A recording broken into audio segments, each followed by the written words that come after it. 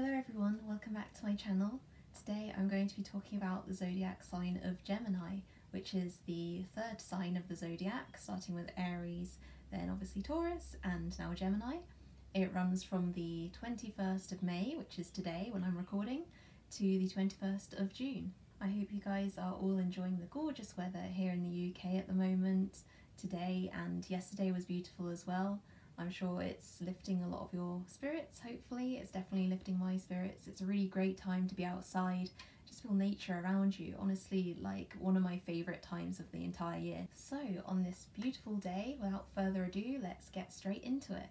Now, the symbol of Gemini is of course the twins, so that provides the theme for the entire zodiac sign. If you think about twins, it's all about duality basically, and one twin might have one characteristic and the other twin might have another characteristic. And Gemini individuals have all of this going on within the singularity of themselves. So within Gemini people you may find some contradictions, paradoxes, or other just signs of their dualistic nature within them. A lot of Gemini people tend to have a silly and kind of jovial, jokey side and a more serious and intellectual side. And that's one of the things that I really find so fascinating about this sign, is you can never really predict what they're going to be like in a really good way.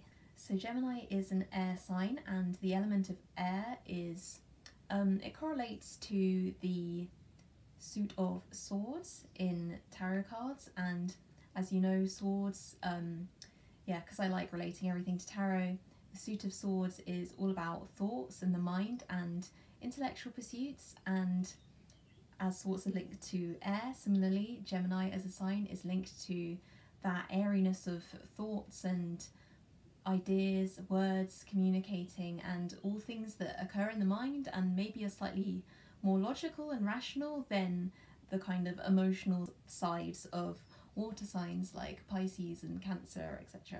Now, as well as being of the element of air, Gemini is of the three air signs that we have in the entire zodiac. They are the ones that are of the mutable persuasion. So mutability in star signs basically means that you are adaptable and flexible, good at dealing with change, good at compromising, I suppose, harmony, and all about just navigating through the transitions of life with good grace, essentially. So linking those two things together, we've got air associated with the mind and communication, and mutability relating to flexibility and adaptability. So this is building up a picture of Geminis as people who are very good intellectually with their minds, but they're a little bit unpredictable and they may change from one state to another, especially with the twins. If they have more of a light side and more of a serious side, they can change quite seamlessly from one side into the other, or from one twin into the other, I suppose. In terms of the human developmental stage that Gemini represents, it represents the ages of 14 to 21. So this is when a person will be typically seeking to be integrated socially, as well as just, I guess, challenging authority figures, trying to break away from those more. As the young person grows up more into an adult, they're looking to find themselves and be accepted into a wider social group and find what life really means for themselves. So that could come with a spirit of rebelliousness, I suppose, but more just independence and the courage and the willingness to break the mold, I suppose. Now into the more pagan elements that we can take from this zodiac sign at this time of year.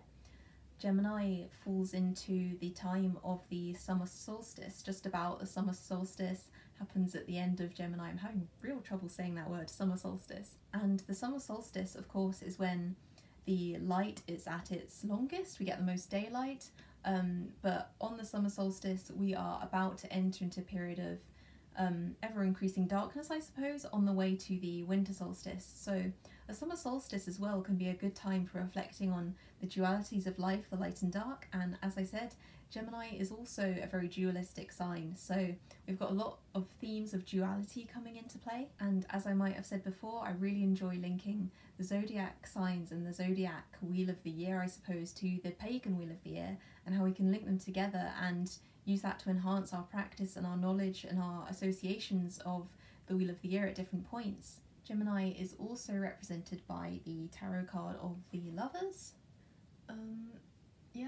can see that. So the lovers, again, dualistic themes, male and female, masculine and feminine, and that being in harmony as well. As I said, Gemini having that mutable quality, it is able to kind of seamlessly integrate, harmoniously integrate those two sides of themselves. So when we're reflecting on Gemini occurring at this time, now would be a great time to think about maybe the conflicting aspects of your personality, the different sides to you, and how you can seamlessly integrate that as a Gemini mutable kind of person would be able to do. In terms of gods, goddesses and deities, I linked Aries, as you might recall, to Canunus, the horned god. I linked Taurus to Aphrodite, the goddess of love, as Taurus of course is ruled by the planet Venus, and as Gemini is ruled by the planet of Mercury, of course Gemini is associated with the god Mercury, or Greek Hermes, and this is the Greek or Roman ancient messenger god who would pass messages between the gods over long distances sometimes, and he would be winged. I think he had wings on his shoes or on his feet, and he would be able to travel very fast at lightning speeds, carrying all the information in his head, and then be able to just transfer these messages between people. So again, we've got the themes of speed, excitement, exhilaration, that airy quality of flight and communication, the mind, words and ideas and things like that all coming back into play here. So it might be an interesting idea to see if you can connect with the god Mercury or Hermes, see if you're feeling drawn towards him at this time maybe, especially if you are a Gemini yourself. That could be an interesting one to look into, just because you will have a natural affinity to that god, I suppose, and that planet. It's all just ideas, and it's all up to you and what resonates with you as a Gemini or someone who is interested in Gemini people. So any of you who like relating zodiac signs to crystals as well, and if you're a Gemini, some kind of crystals that might resonate with you and help you through your life, one of those is this beautiful stone of citrine. And citrine is a very sunny, as you can see, optimistic kind of stone. It promotes optimism and positivity and just ensures that the ways that you are communicating are uplifting and positive, I suppose, and enhance greater harmony between people, rather than being, I guess, destructive or rumory or gossipy or anything like that. This can help to keep things very light and upbeat, and as Gemini is an air sign, help to remember that kind of side of yourself, help to remember that kind of light-hearted, perhaps inner child sort of side to yourself. Another stone that would work for Geminis is tourmaline. So I have some dark tourmaline right here, and this is a very different kind of vibe to citrine. I suppose this is to help with the grounding of when the Gemini side can be too light and too flighty and too overactive, over imaginative, over spontaneous, anything like that.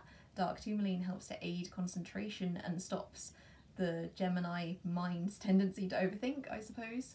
Helps to keep things a little bit more under control, and I think that could work really nicely in conjunction with the citrine. As you can see here, we've got very much a light and dark side, a bit like the duality within a Gemini personality. So I hope you all enjoyed this video on Gemini. I really love doing these zodiac sign videos and looking into what each sign represents, just on a surface astrological level, but also on a more pagan and grounded level as well.